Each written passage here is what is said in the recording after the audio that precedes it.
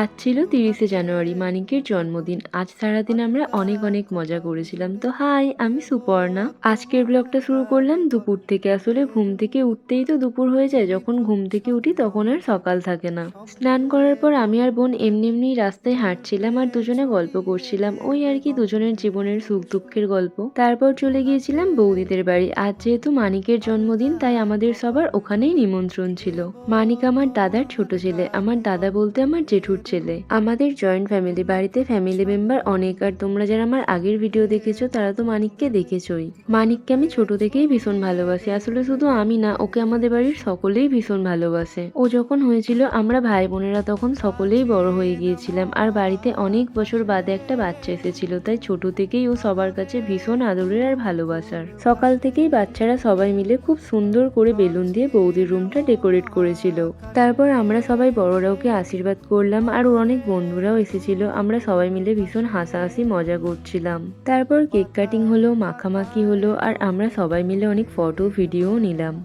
আর বাঙালি বাড়িতে জন্মদিন মানেই তো অনেক কিছু রান্না হবে, তার সাথে সাজিয়ে গুছিয়ে সুন্দর করে খেতে দেওয়া হবে। মানিককে তাই সুন্দর করে সাজিয়ে খেতে দিয়েছিল। আর আজকে লাঞ্চের মেনুতে ছিল ভাত, পোস্ত আলু ভাজা, মাছের মাথা দিয়ে মুগ ডাল, আর ছিল চিংড়ি মাছ দিয়ে বাঁধাকপি। আমার বাদে অনেকগুলোই চিংড়ি মাছ পড়েছিল। তারপর ছিল আলু দিয়ে চিকেন কারি। শুনতে খারাপ লাগলেও আমার আলু ছাড়া মাংস একদম ভালো লাগে না। আলুটা লাগবেই, হাজার হোক বাঙালি না। তারপর ছিল চাটনি, পায়েস আর মিষ্টি। ব্যাস, আজকের মতো এইটুকুই, টাটা।